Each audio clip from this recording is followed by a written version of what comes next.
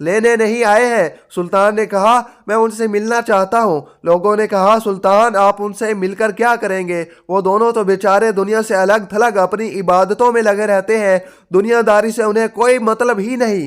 سلطان نے کہا مجھے ان دونوں پر شک ہے کہ وہ دونوں تم سبھی کو دھوکہ دے رہے ہیں اور نیک بننے کا صرف ناٹک کر رہے ہیں اور تمہاری آنکھوں میں دھول جھونک کر رہے ہیں۔ لوگوں نے کہا سلطان ہمارے نیک لوگوں کے بارے میں ایسی باتیں نہ کریں، وہ بہت اچھے لوگ ہیں، ہم ان کے خلاف کوئی گستاخی برداشت نہیں کریں گے۔ سلطان نور الدین نے جب دیکھا کہ لوگ مخالفت پر آ سکتے ہیں تو انہوں نے مدینہ کے حاکم کو اپنے پاس بلایا اور انہیں بات بتا دی کہ خواب میں مجھے حضور صلی اللہ علیہ وآلہ وسلم نے ایسی باتیں بتائی ہیں، اس لیے میں ان دونوں آدمیوں سے ملنا چاہتا ہوں۔ حاکم نے کہا سلطان تم پریشان نہ ہو، میں اس کا انتظام کرواتا ہوں، جو بھی مخالفت کرنے کے لیے سامنے آئے گا اسے کڑی سے کڑی سزا دی جائے گی۔ اور پھر سلطان نور الدین حاکم کے ساتھ ان دونوں آدمیوں کے گھر پہنچے۔ سلطان نے جیسے ہی ان دونوں آدمیوں کی شکلیں دیکھی تو وہ انہیں پہچان گئے، کیونکہ یہ دونوں وہی انسان تھے جن کی شکلیں حضور صلی اللہ علیہ وآلہ وسلم نے خواب میں سلطان کو دکھائی تھی اور فرمایا تھا کہ یہ دونوں میری قبر سے میرے جسم کو نکالنا چاہتے ہیں۔ سلطان نے ان دونوں سے ساری باتیں پوچھی تو انہوں نے صاف انکار کر دیا کہ ہم تو حضور صلی اللہ علیہ وآلہ وسلم سے بہت زیادہ محبت کرتے ہیں، اس لیے ہم نے اپنا شہر چھوڑ کر مدینہ میں آ کر رہنے لگے ہیں، ہمیں ایسا گندا کام کیوں کریں گے؟ سلطان نے کہا تم سچ سچ بتا دو ورنہ میں تمہیں بہت سخت سزا دوں گا۔ ان لوگوں نے کہا سلطان ہم بالکل بے قصور ہیں، تمہیں جو کرنا ہے کر سکتے ہو۔ پھر سلطان نے فوجی کو حکم دیا کہ ان کے گھر کا کونا کونا چھان مارو اور ہر چیز ہٹا کر دیکھو کہ کیا کہیں سرنگ کا نشان ملتا ہے۔ گھر چھان مارا لیکن کہیں سراغ نہ ملا۔ سلطان نے خود اندر جا کر ایک ایک چیز ہٹا کر دیکھی لیکن کہیں کچھ نشان نہ ملا۔ اب تو لوگوں نے بھی کہنا شروع کر دیا کہ اے سلطان یہ تمہاری غلط فہمی ہے کہ تم ہمارے اللہ والوں کو کیوں پریشان کر رہے ہو۔ مدینہ کے حاکم نے بھی سلطان نے چپکے سے کہا کہ سلطان مجھے بھی یہی لگتا ہے کہ آپ سے کوئی غلط فہمی ہو گئی ہے، بہتر ہوگا کہ آپ ان دونوں آدمیوں کو چھوڑ دیں ورنہ لوگوں کی مخالفت بڑھ سکتی ہے۔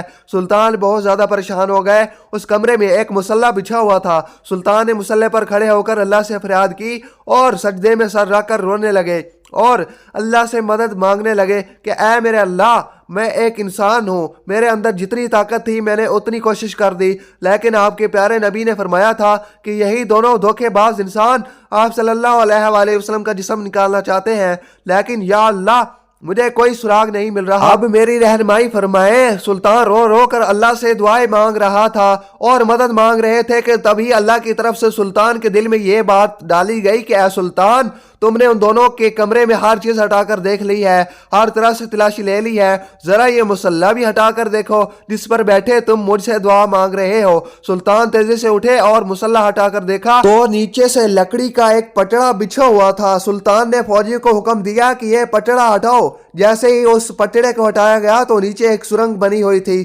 سلطان نے ایک فوجی سے کہا دیکھو کہ یہ سرنگ کدھر کو جاتی ہے۔ فوجی نے اندر جا کر دیکھا تو وہ سرنگ حضور صلی اللہ علیہ وآلہ وسلم کی قبر کے پاس تک پہنچ چکی تھی اور حضرت عمر فاروق رضی اللہ تعالیٰ عنہ کا انگوٹھا نظر آنے لگا تھا۔ فوجی نے واپس آ کر سلطان کو یہ باتیں بتائی تو سلطان نے ان دونوں عیسائیوں کو گرفتار کروا کر اپنے سامنے پیش کیا اور پھر ان سے پوچھا کہ اب تم سچ بتا دو ورنہ میں تمہاری گردن اڑا دوں گا۔ ان دونوں نے جواب دیا کہ اے سلطان ہمیں عیسائیوں کی طرف سے یہاں مدینہ بھیجا گیا ہے تاکہ ہم مسلمانوں کے نبی کا جسم نکال کر انہیں دے سکیں اور اس کے بدلے میں ہمیں بہت سارا انعام دیا جائے گا۔ اس لیے ہم دونوں نے اپنا بھیس بدلا اور ایک نیک آدمی کی شکل بنا کر مدینہ میں آ کر رہنے لگے۔ پھر ہم لوگوں کا بھروسہ بڑھانے کے لیے ہم لوگوں میں صدقہ خیرات کرتے ہیں تاکہ کسی کو ہم پر شک بھی نہ ہو سکے۔ جب سبھی لوگ رات میں سو جاتے تو ہم دونوں اس سرنگ کو کھودتے اور اس کی مٹی باہر قبرستان میں قبروں کے اوپر ڈال آتے تاکہ کسی کو بھی پتہ نہ چلے۔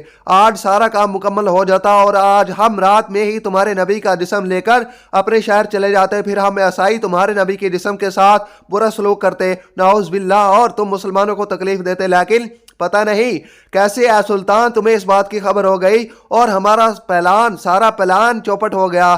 سلطان نے آگے بڑھ کر ان دونوں کے گریبان پکڑے اور بہت تیزی سے انہیں پیچھے کو دھکا دیا اور پھر وزیر کو حکم دیا کہ ان دونوں کو جانوروں کے ساتھ باندھ کر پورے مدینہ میں گھسیٹا جائے اور پھر انہیں پھانسی کی سزا دی جائے۔ ان سب کے بعد سلطان نے حضور صلی اللہ علیہ وآلہ وسلم کی قبر مبارک کی چاروں طرف زمین کے اندر خندق کھدوائی اور اس میں 7 دیواریں بنوا کر اس میں پگھلا تانبا لوہا اور تار گولڈ ڈلوا دیا تاکہ کوئی دوبارہ حضور صلی اللہ علیہ وآلہ وسلم کے جسم مبارک کو نکالنے کی ہمت بھی نہ کر سکے۔